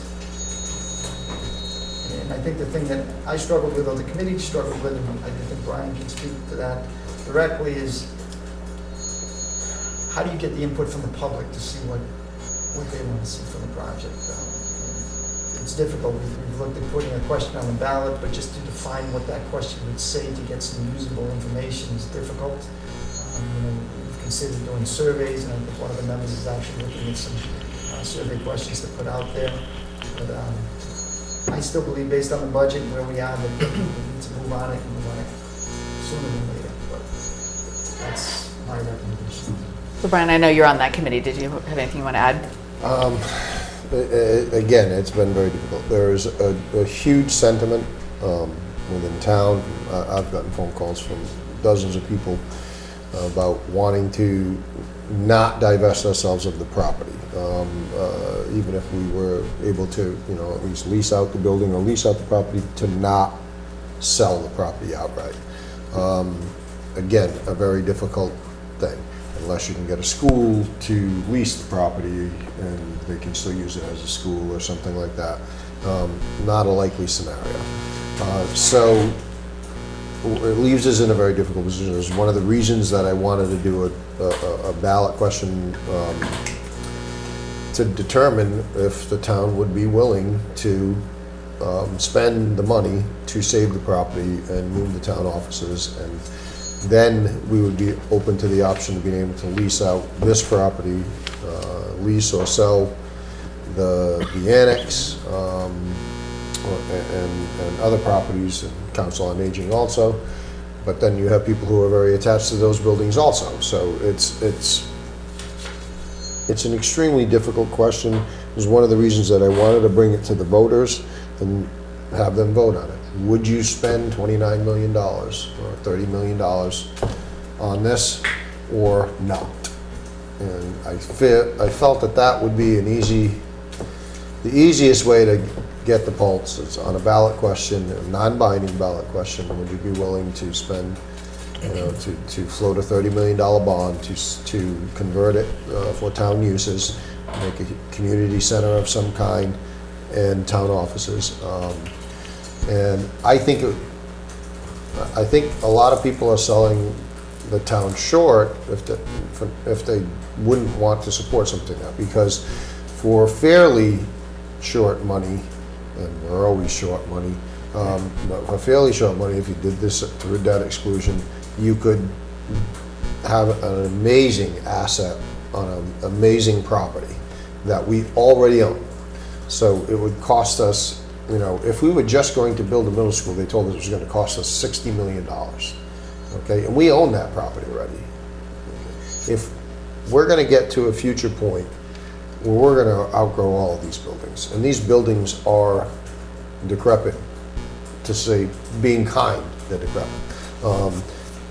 The windows are the original 1950s windows with storms, single pane with storms on the outside. Not terrible, but most of them, the weights don't work. People's knuckles have been smashed. You know, this is what we're dealing with. And this one, the annex, and the Council on Aging. These are buildings that were built between the 30s and the 50s for the most part. You know, and they need, just them, we looked at, and I think, what did they said, it was somewhere around 11 or 12 million dollars to retrofit all these buildings. More than that. Yeah, more than that. Okay, I can't remember what the number was. 24 million. 24 million to Right. retrofit all of these buildings to bring them up to current standards. Whereas 29 million, we bring an entire building up to standard, plus we have space that we can rent out and actually generate revenue from. Plus, it has a giant roof that, when it was replaced through Mass School Building Authority, helped us to do that on part of the green projects. They beefed up the roof and they beefed up the structure wherever it needed so that it can hold an entire solar array. So we could put solar panels on that, generate more income for the town.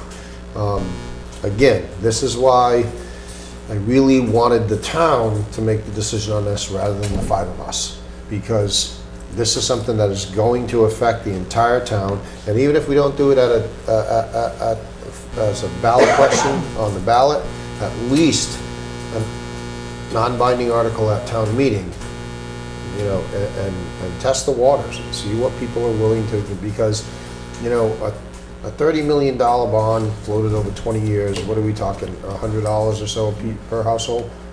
You know, it's not a lot of money. It really isn't a lot of money in the long run. And if you want to invest in your future and you want to invest in your town, okay, that's one way to do it directly and locally and make that investment. And so, although necessity may dictate that we have to sell it, I'm really strongly against that. And there's a fairly vocal group of Westport citizens that are going to be very, very much against that. And they're organizing now, and so you'll hear from them soon. But before getting, you know, at least some kind of indication from the townspeople, either at town meeting or at a townwide vote, I would hold off, just, you know, selling, putting it on the market and disposing of it. So Brian, at a previous meeting, probably like October or whatever, a previous meeting, we talked about putting a non-binding question on the ballot that said, would you like to sell it? Would you like to use it for affordable housing? Would you like to use it for municipal use? Yeah. So you had like a series of questions. Yeah. It sounds like you might be leaning more towards, to me, the important thing is, hey town, do you want to spend $30 million plus to renovate this building to reuse it? Because to me, that's what it's about. It's, yes. Does the town want to pay, because there's a lot of people who have really great ideas about what to do to that property, but at the end of the day, it's $30 million or more to do it. So I kind of like, I personally believe we should just put it on the market and sell it. I appreciate what you're saying though about putting on a ballot, but if a more simplified ballot question, I appreciate that. Dick.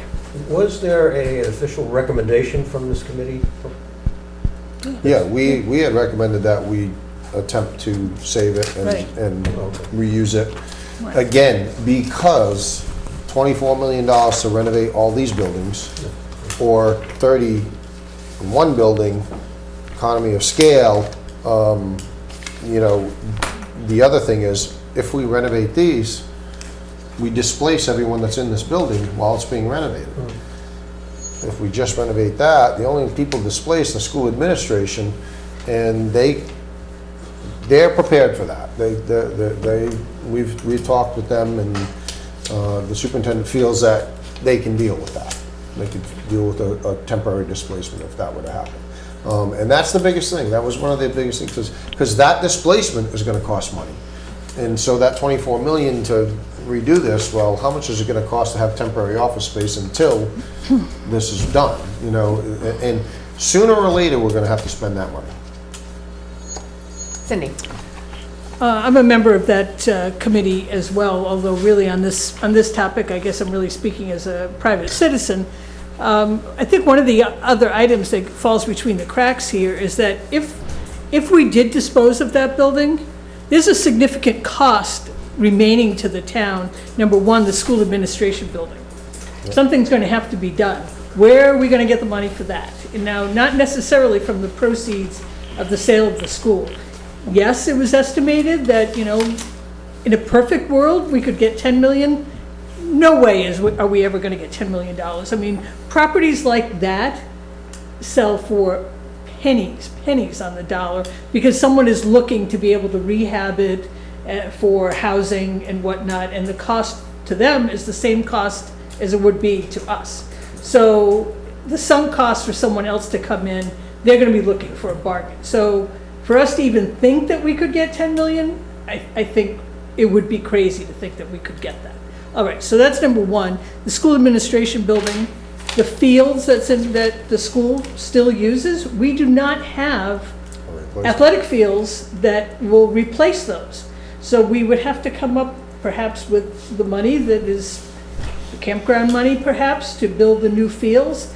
So there's the money for that. So net, we're going to be out of pocket if we choose to demolish the building. $3 million, $4 million to demolish it. It's the same cost to someone else. So even if we choose to sell it, the town is going to have to come up with some significant money. Granted, not $30 million, but once it's gone, it's gone. We're never going to get that back again. And when you think about over the years, how much money the town has sunk into that property from various upgrades that it has taken, recently with the roof and whatnot, it is a viable piece of property. It's centrally located in town. It still has a very useful life left to it. Far longer life that's left than these two buildings here, the annex and this building. The Council on Aging wants additional space. The people here, you had a fire here today, an electrical fire here in this building today. I mean, there are issues here. Look at the radiators here. I mean, there's so many issues that you have to deal with. The steps outside are rusting. The steps coming up the stairs here are rusting. There's sticks on almost every windowsill. Right. So, I mean, there are so many issues that we have got in. The time is never going to be right. I mean, we're never going to be awash in money and say, okay, well, now's the time we can do that. Even if we put the $200,000 a year for a year or two, maybe the economy will turn around, maybe people will have a better sentiment. But I say at least start at the top and ask people if they want to save it. Because if you go the other route and decide to sell it, once it's gone, it's gone. You'll never get it back. So at least start out with the plan to rescue and save that building and incorporate all of the great ideas. I mean, this really could be a center point for the community, a community center. You could have an arts group there. There is some interest from other outside groups that would be willing to pay money.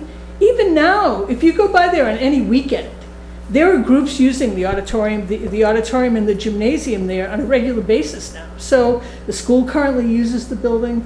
So it has use, far more use than what these buildings do.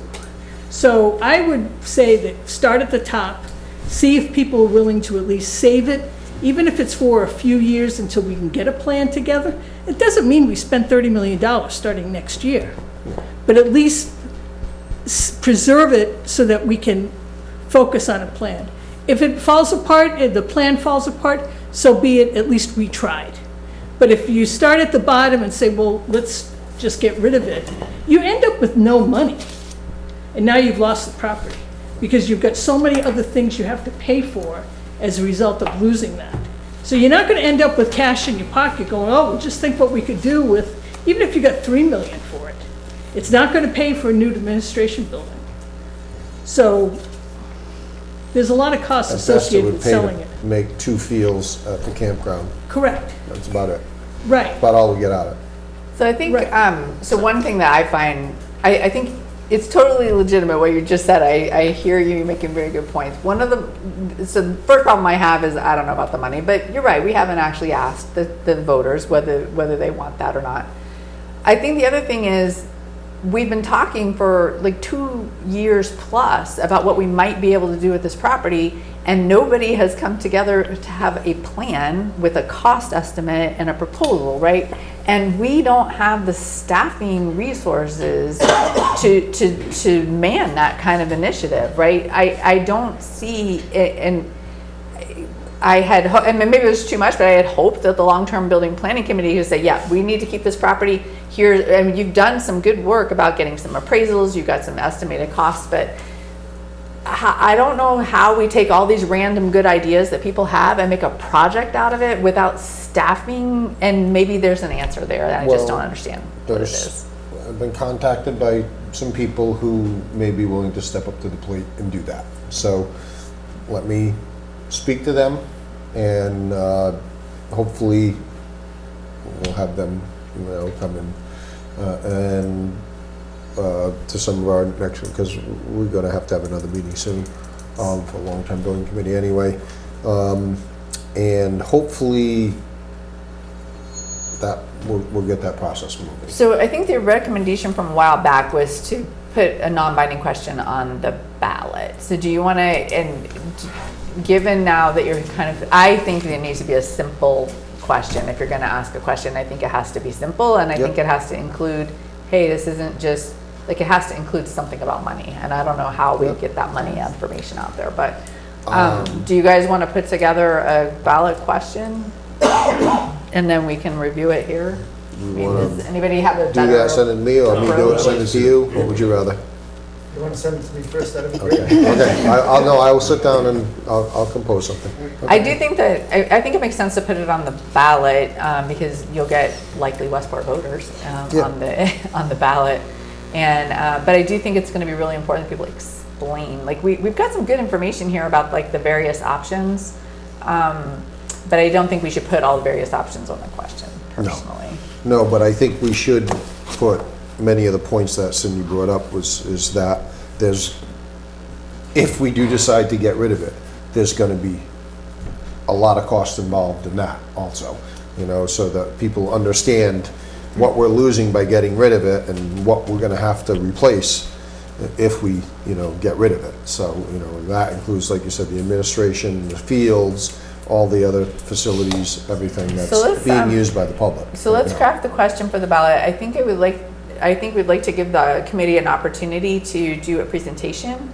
And I apologize, because I was sick twice for 2 weeks. I had the flu in like October, and then I had COVID in December, and I've not been there, unfortunately, because I've had health issues. And if the committee can put together a presentation of some sort that gives kind of this fact, not a pro or con on the question, but just facts around the question, I would give them an opportunity in this meeting, and I'm sure we can get it on cable or video, whatever, YouTube is where we have it now. So we can kind of explain the question. So I think it's going to be really important.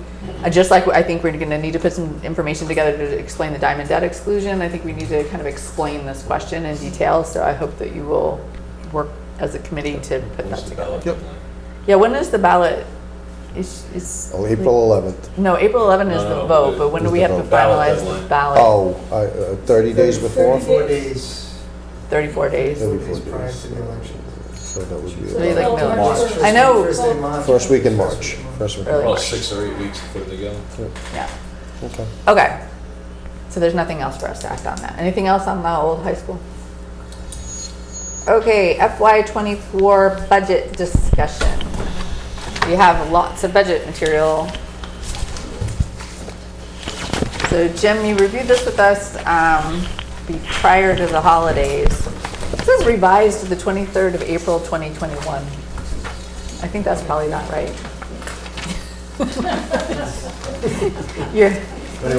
Whatever your spreadsheet is on here is the heading or the title or something. Top left is That's right. 1923. Yeah, 1923. So this is, can you just highlight what's been revised since we last saw this? Yes. It hasn't been much revised. Let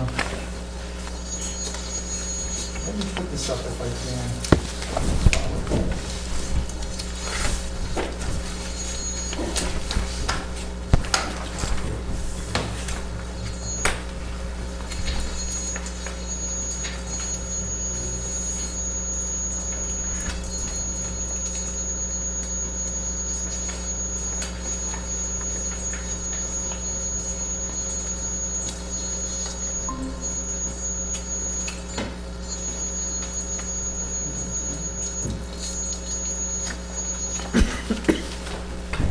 I don't know how to switch that.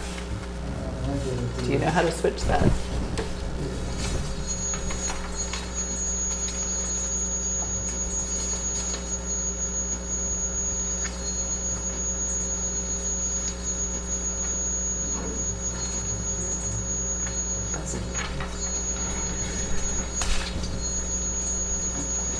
I gotta go over there. Yeah, it seems like a view setting, but I can't immediately tell what it is.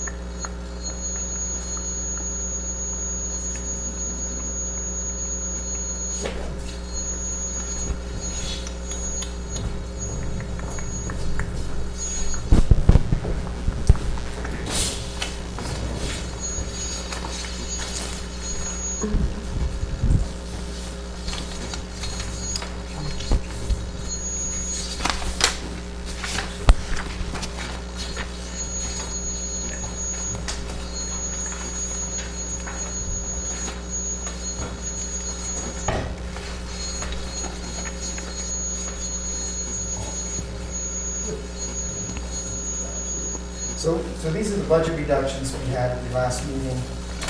We had mentioned, these are on the town side. We were looking at about a $350,000 adjustment to our level funded, pretty much level services, pretty much level funded budget. We included the negotiated pay raises for the employees, the contracted pay raises, and then as far as the expense accounts, most of those were pretty much level funded. There were a couple that were increased slightly to reflect gas and oil prices and a few other things that needed to be done, or that were short, or going to be short of this fiscal year. Those were relatively small. So again, the articles that, or the changes that we made to the level service budget was this assessor reval, $40,000 that was going to move to a warrant article, or at least they recommend that we move to a warrant article. We did have two increases, information technology salary, increasing that by $40,000. We went into detail last time as to why, and the police salary account increasing that about $96,000. That is to cover, we had an arbitration hearing last month, and we should be getting a decision in February, so we will have some costs associated with that. That number may be able to, may be adjusted slightly depending on how that arbitration comes out, but we will need to fund some additional money into the police account. The fire department, we were looking to eliminate their proposed position. These positions are currently unfilled right now, the ones that I'm recommending eliminating. The building department, the assistant position, the animal control, the assistant position. That position was filled a couple of years ago. We've been dealing with one animal control officer who seems to be working now, but it's not easy for him, but we need to find some areas where we can reduce costs. Some of the expenses, minor expenses in the animal control department, as well as the shellfish expenses. In their requested amount, the highway department eliminated one of the unfilled positions. Transfer station expenses reduced by $9,000. Madam Mendo from the Board of Health is looking to reduce the hours of one of the employees from 40 to 30 into contract hauling services with one of the waste disposal companies.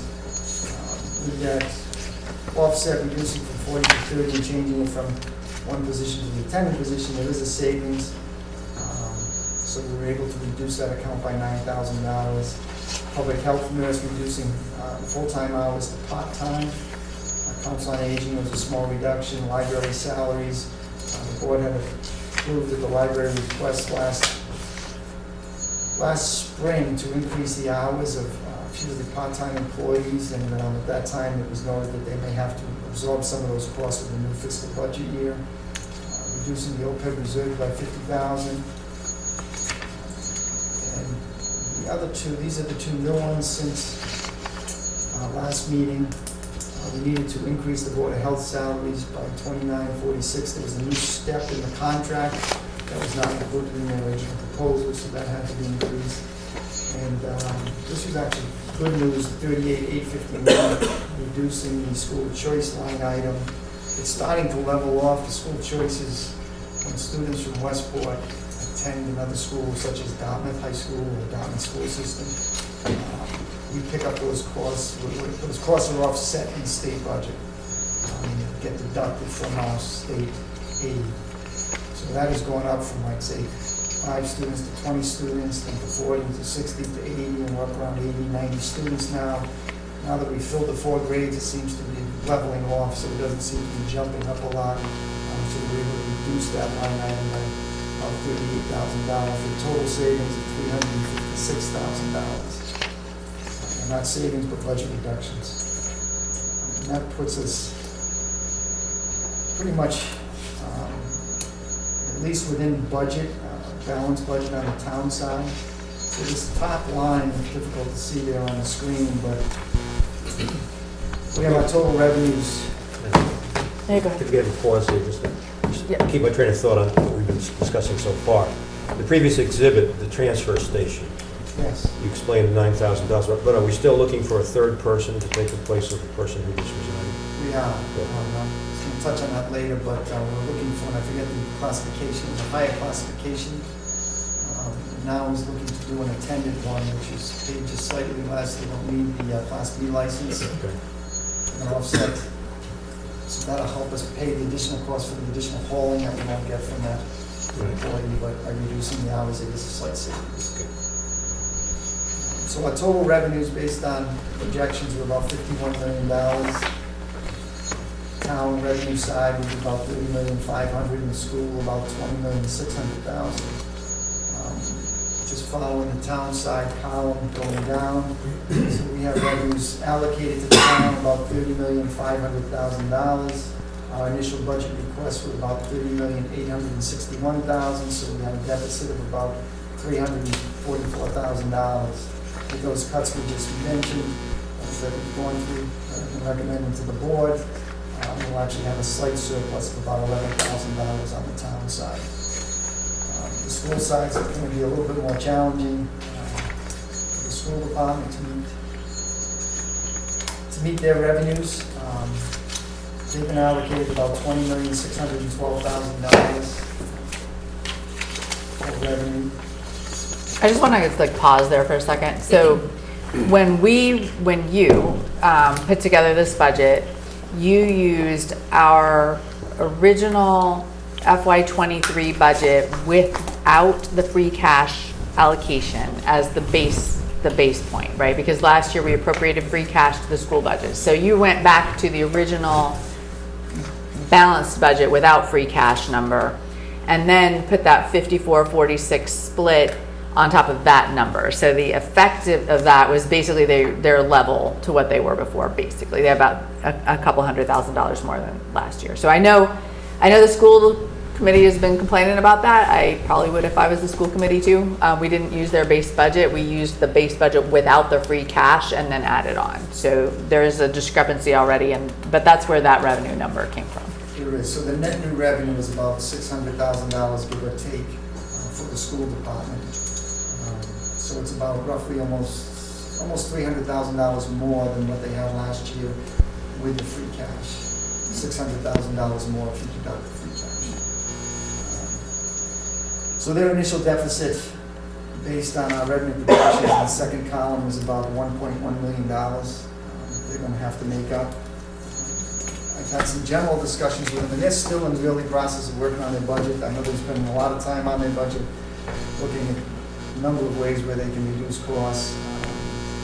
They suggested a budget be of around $21.2 million, but that was just a suggestion. They're not through that process yet, so I don't think that's a firm number, but even with that, we'd still be about $600,000 in the negative. So we have some work to do on the town side and the school side. The town side, we're pretty close, but the school side is going to be difficult to meet. And what are our free cash numbers, do we know? We do not have certified free cash right now, but the free cash is looking, so far, we submitted roughly about $2 million. They may change that number, and that does happen when it's submitted up there, but I'm hoping that it's going to be up in that area. So, I just want to, in general terms, just talk about the override. This little diagram just kind of shows you where we are. So our reoccurring expenses, so our increasing expenses right now exceed our increases in revenue each year. So this gap is continuing to widen. There's really no way to bring it closer without doing significant layoffs and significant cuts to not only the school department but the town side. It's a gap that you can't fill easily on. So we've talked about doing an override to adjust that gap. And it would be, it's still considered a temporary fix. It might get us through 4 years, 5 years, maybe 7 years, depending on the amount of the override and how it's structured. But eventually, Proposition 2.5 is a system that's designed to fail. If your tax levy only goes up 2.5% plus new growth, and expenses, salaries and expenses go up more than that, there's going to be an issue. It's going to catch up to you. So that's why California repealed it. It's just within 10 years of passing it. Just to give you an idea, our negotiated raises for the town and the school department combined pretty much exceed our new net revenue. So that alone, just our negotiated raises without adding new positions, without increasing expenses, exceed what we bring in for new revenue each year. It's close, but it does exceed what we bring in. And we're at 2% almost all over the place. Yeah. We're not giving people huge raises, they're getting 2%. Not only we're running up a time too, where 2% may not, It doesn't cover it. It may not cover it, and it may not be something that's sustainable going forward. Again, the 2.5 is not sustainable, and I think it's out there. The free cash amounts will be impacted going forward as budgets get tighter. You have less turnbacks, you're going to have less free cash going forward in the future. Just one of these, our required obligations, and these are our pensions, our health insurance, our property insurance. It used to be about 17% of our overall budget. We're now up to 25% of our overall budget. So that's like a 40% increase. We can't make that up anywhere else. So going forward, we'll have to make some decisions on the override. The process is you need the majority vote of the electorate, so it has to be at a townwide ballot to approve an override. And then once the override is approved, the second step is that it needs to be appropriated at town meeting. We need to appropriate the funds so that it can be spent in the departments that it's been approved to be spent for. And there's two ways of doing it. One, you can have the debt exclusion vote first, and then town meeting appropriate. Or you can do what we were looking at last year, where you have a town meeting and you do the appropriation pending or contingent on the ballot question being approved. I think I've been hearing there's some support for doing it that way so people can see where the money is being spent. It's also going to be difficult to get it on the ballot question. We have the diamond ballot question in the April election, so overall it would be beneficial to do it at a separate election after it's appropriated. I just want to state this.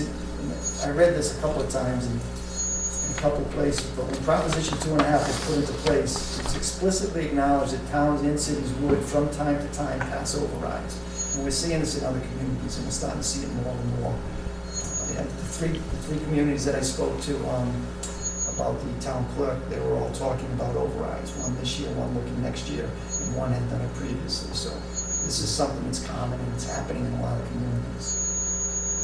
There's actually a couple towns who changed their town bylaws so that they do one like every 10 years Yes. to adjust. So this year, the structural deficit is about $1.4 million. And it's estimated that it's going to be between $750,000 and $1 million a year moving forward for the next few years. And that's with 2% raises. That's not with 4% raises, 5% raises. That would change that number drastically moving forward. Just, again, I like to give people concrete numbers. A 2% raise on someone who makes $50,000 a year is $1,000. You know, that may cover your car insurance for the year. That's it. Actually. No, not it may, I said it may, not that it would. All right, keep going, because you have another example here. And this is the last one, and I don't want you to pay so much attention to the numbers, but there's different ways to do the override. You know, just looking at a $3 million override, and this is what some of the communities are doing, a number of the communities are doing right now, is they go for $3 million, whatever the number is, say a $3 million override. The first year they appropriate $1 million, and they put $2 million into stabilization. The second year they appropriate $2 million and put $1 million into stabilization. Third year they appropriate the $3 million, nothing goes into stabilization, and then they draw down from stabilization. The following 2 years or 3 years, whatever it takes to get until that money is gone, and then they actually go for another override at that point. What most of these communities have found, at least recently, and the economy's helped do this as well, is that as they plan for 5 years, they've been able to extend it out to 6, 7, or 8 years. I don't know if that's going to continue with the way inflation's going, but that's what other communities have done. So on the first example, we looked at $3 million override, $1 million the first year, $2 million into stabilization. The second example, and these are just examples, they're not hard numbers, would be maybe appropriate $750,000, put $2.25 million in the stabilization. That stretches it out to 8 years as opposed to 5 years.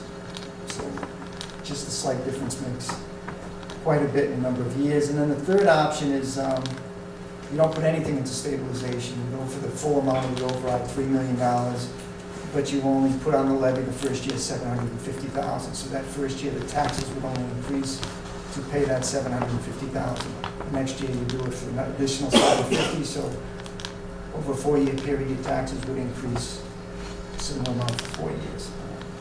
That doesn't give you anything in the bank going forward, but it does get you through a 4 or 5 year period based on the amount that you go for the override. You need a 2/3 vote for the stabilization, right? You need a 2/3 vote to take the money out of stabilization, that's correct. But just at town meeting. Whereas an override, you just need a 50-50. Right, You but need a in 50, his more than first 50%. example, if you were putting money in stabilization, Oh, yeah. once you wanted to tap into it, you would need a 2/3 vote from town meeting. We need to get it 2/3 to out. put it in too, don't you? I don't No, believe- you can just. No? I You thought just you needed it for appropriate. both. Okay. I thought you needed it. So I think the approach that I would like to take personally, and this is just my idea. I think we should put the override question on a discussion item specifically at our next meeting, and I think that we should consider at our next meeting a town meeting warrant article. I think the order should be that we go to town meeting and to appropriate the money first and then go to a special election. I think that, I don't think there's time to sell this for the April ballot. I think there'll be more discussion in May. That does put a burden on Mr. Hartnett and the school committee because they're gonna have to come up with 2 versions of the budget. They're gonna have to come up with the budget assuming no override, and then they're going to have a separate appropriations. But I think the value of that is we would be able to tell people, hey, on year 1, we've already appropriated it. If you pass it, this is exactly where it's going to go on year 1. There are no guarantees after year 1. But I think we should specifically talk about this as an action item to put the override on the town meeting warrant at our next meeting. And I think that we should direct at that meeting, not today, the town administrator to put together a secondary budget for the appropriations. That's just me. We can invite FinCom. Cindy can We split it, I mean, I got think- it out there to them. I think, I mean, we owe a budget to the finance committee by February 10, right? So if we owe the balanced budget by February 10, so we're gonna have to put the balanced budget by February 10. I think by March 10, we owe all finance articles. So by March 10, we'd have to have that secondary appropriation completed. So I think we need to talk about it. I think we need to get public talking about it. But I don't think we can take action tonight on it, but I think on our next meeting, we should specifically talk about the overrun. I agree. You're giving them enough notice, because 2 meetings we've talked about it, so. I mean, Yeah. you have to be hiding under a rock. That's elusive, I mean. Yeah. It's the amount. I actually think 3,000 is, I think what Jim's override example there kind of showed that we probably need more than 3 million. But 3 million is a 10% increase. So, is asking for more seems like unattainable. But I think, I think we need to I think we need to specifically know that we're going to have a warrant article so we can start talking about it in that perspective. Yep. Okay, anything else on the budget? Jim, is there anything else you need from us? That's it. Bag of money. Bag of money. Lottery tickets? Yeah. Okay, town administrator report. So I just wanted. He's spending all his time knee deep in the budget. Board of Health did get that $300,000 grant, shared services grant. They're looking to fill some positions. We're currently working with the town council right now to figure out a path forward to create the positions. Essentially, what we're being told is that they would have to be town employees. They would be paid for entirely with the grant. Their benefits would be paid for the grant, and the employment stuff would be paid for through the grant. But we're trying to work through the details now. There would be a shared coordinator, which would be the top position, which I think is more of an administrative type level position, so we may need to work with the personnel board to create that position and get it on the town meeting warrant as a new position. The other positions, they were looking for a shared services public health agent. That may be easy, might be a little bit more complicated. We're going to have to work with the local unions to see how that fits in. So we'll be doing that over the next couple of weeks. It's a great grant. Madam Indo, I know Tanya Wright and have been putting an awful lot of time into this to try to work it out with job descriptions, trying to work with the other communities to develop the program. There's a lot of work for not just them but others as well to get this thing moving. But if we can get it done, it's $300,000. The town gets $45,000 in admin costs, plus it provides us with the rec services that we wouldn't be able to have. So they're working hard to get it done, and we'll do what we can to facilitate that. Good news, the Green Communities Grant, we were just awarded $467,000 for the town hall decarbonization project, which would essentially be converting, getting rid of the steam burner that we have here, steam heating system. Also, they'd be heat pumps, so we'd have second floor is designed, or initial design would be ducted from the attic, and the downstairs would have individual units in the offices. This would be for heating and cooling. We received the highest grant in the state in this community, in the communities program. In addition to the $467,000, we're looking at $119,000 in incentives and another $10,000 rebate from the utility companies. So we would have to have a 25% match. That 25% match, we are talking to CPC. We're on the agenda for next week or this week for that funding, and our match would essentially be to upgrade the electrical system here to support that. Also, update the electrical system here in the building. And if you looked on Facebook today, we did have a fire department visit us this morning because one of the outlets shorted out and caught on fire. Relatively small, but kept us out of the office for an hour or so. So an outlet put in the 50s is designed to take 10 different electrical loads at the same time, you're telling me? Is that what you're telling me? We could try it. You did. Yeah, we did. Didn't work, did it? We actually weren't using that outlet, by the way. It was, but it was in a spot that was getting. But to the point. It's got to be done. Yeah. We had the fire department here last week, last spring, with the insurance company, and they recommended a number of updates, so we gotta do it.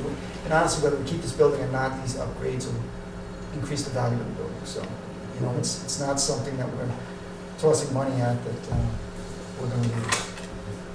But thanks for the hard work, $467,000 in grant money, Yes. required effort, so thank That, you to and those who that, participated. that has a lot to do with our, oh geez, my mind's going blank, I can't think of her name right now. Oh, Kathy. Kathy. Yes. And who Unbelievable. has been doing the work of the Energy Committee and getting and filing those grants and knowing how to navigate that system. She has just maximized our grant, I think, every year. She's gotten the most we could possibly get. Most we were eligible for, we've gotten every year that she has been our administrator for that. And kudos to her, she's amazing. She's amazing. You know, she's been great. Nicole's helped out quite a bit, getting a lot of the information, just the utility billing and stuff, just to make that grant work, so. Kathy Stanley's also working with the school department on 2 potential grants to replace the heating systems in both the elementary and the Macomb School. Yeah. Those are $1 million system plus, so Yep. if we can get that, that would be Yeah.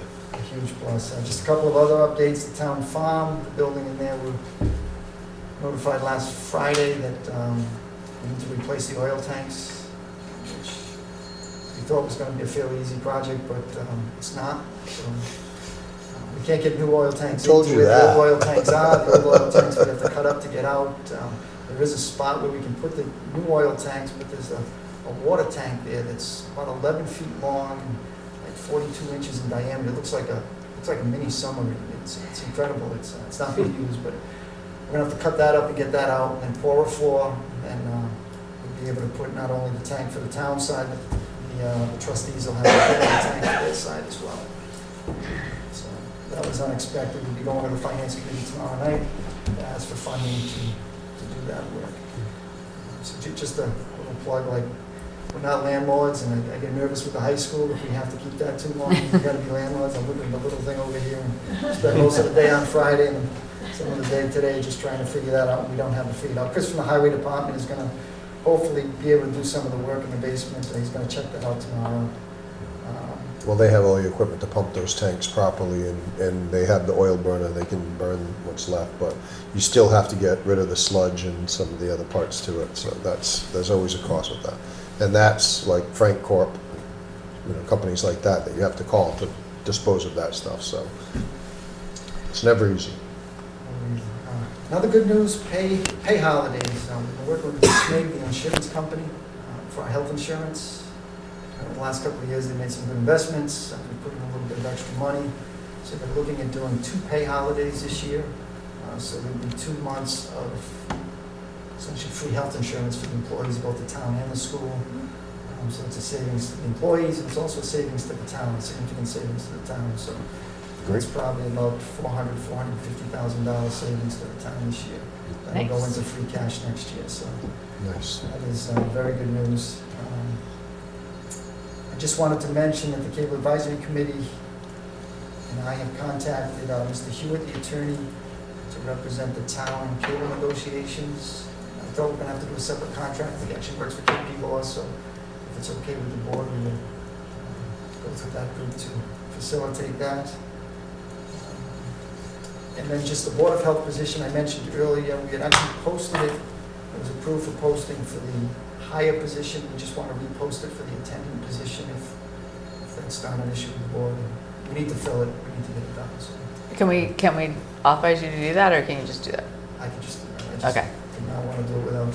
Okay. That's all I have right now. Thank you. I have one question regarding my personnel board. Yeah, can you go, I haven't been making you go to the mic, but. No problem. I have come to the mic.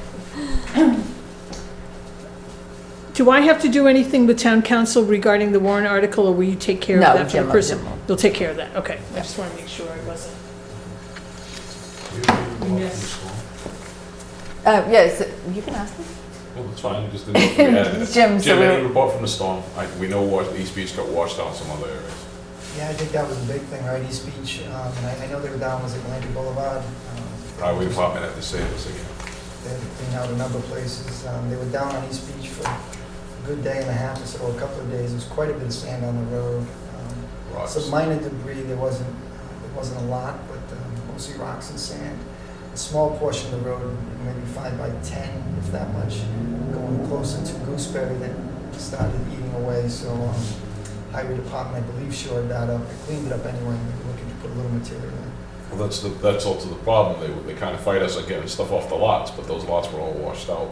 Stuff was on the other side of the road, even small stuff again. Washed right out. No, that doesn't happen. No.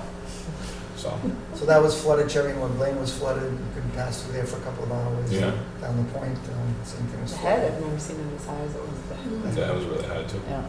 I think it was right there where Sandy was. I thank you. The minutes from December 19. I will move them. Second? All in favor? Aye. That's unanimous. The bill warrant? Did one large voided check. It had something to do with, it was just not written for the correct amount, voided, and it was actually, when you look at it, it's a good thing. I mean, they find literally all the little pieces. So I signed it. All right, thank you. Do you have anything for the liaison committee reports? Or I know a lot of people didn't have meetings, so. Yeah, a lot of stuff That going was, on. There. Starting to wind back up again. Anybody have any meeting Oh, reports? just a couple, but they're Go ahead. quick. The CIPC continues to meet, and we met last week. We're getting close to making our recommendations, and it's moving along quite well. I also have been attending as your representative, the Council on Aging. They spent a lot of time on grant writing, and they've been very successful, so I have nothing really to say about that. I'm just there as an observer, liaison, and they know what to do. They have a meeting tomorrow, I'll be there, and that's that, so that's all I have. There's a meeting of the Climate Resiliency Committee on Thursday. We'll be attending, and then on the Internet Advisory Committee will meet on the 19th, I think. Cable is Wednesday, and then infrastructure to the end of the month, 25th. Okay. Anything else from board members? Anything from the public? You can go to the microphone. Yes, hi there. My name is Christopher Thrasher, and earlier today I actually submitted a letter to the board to ask to be appointed to the Council on Aging. I was curious. I wasn't sure if there was actually a vacancy there. Their newsletter had said that there was one, but I had not seen it listed on the website but when I saw the agenda that had been posted earlier today. So I would ask that the board take a look at that letter that I sent. I'd be very interested in serving on that as well. So, Okay, so we'll put that on a future agenda. I do have some information on that. Go ahead. Mr. Thrasher, there aren't no vacancies at the moment. Okay. And what happened was, I was actually appointed by this committee erroneously and had to vacate to make room for a second new person who just came up. So there are two new people that have been appointed to the Council on Aging in the last few months. And so they are at full capacity, so to speak. However, they're always looking for people, and people come and people go. And so we would be greatly interested in your interest. Wonderful. All right. I did have some confusion as to whether it was actually vacant or not, so I appreciate you letting me know that. Thank you. We have many other committees in town that need Personnel people. board, the so if you're finance looking to help, committee, the bike please. walking path committee. Recreation. Recreation. Economic development. Town clerk?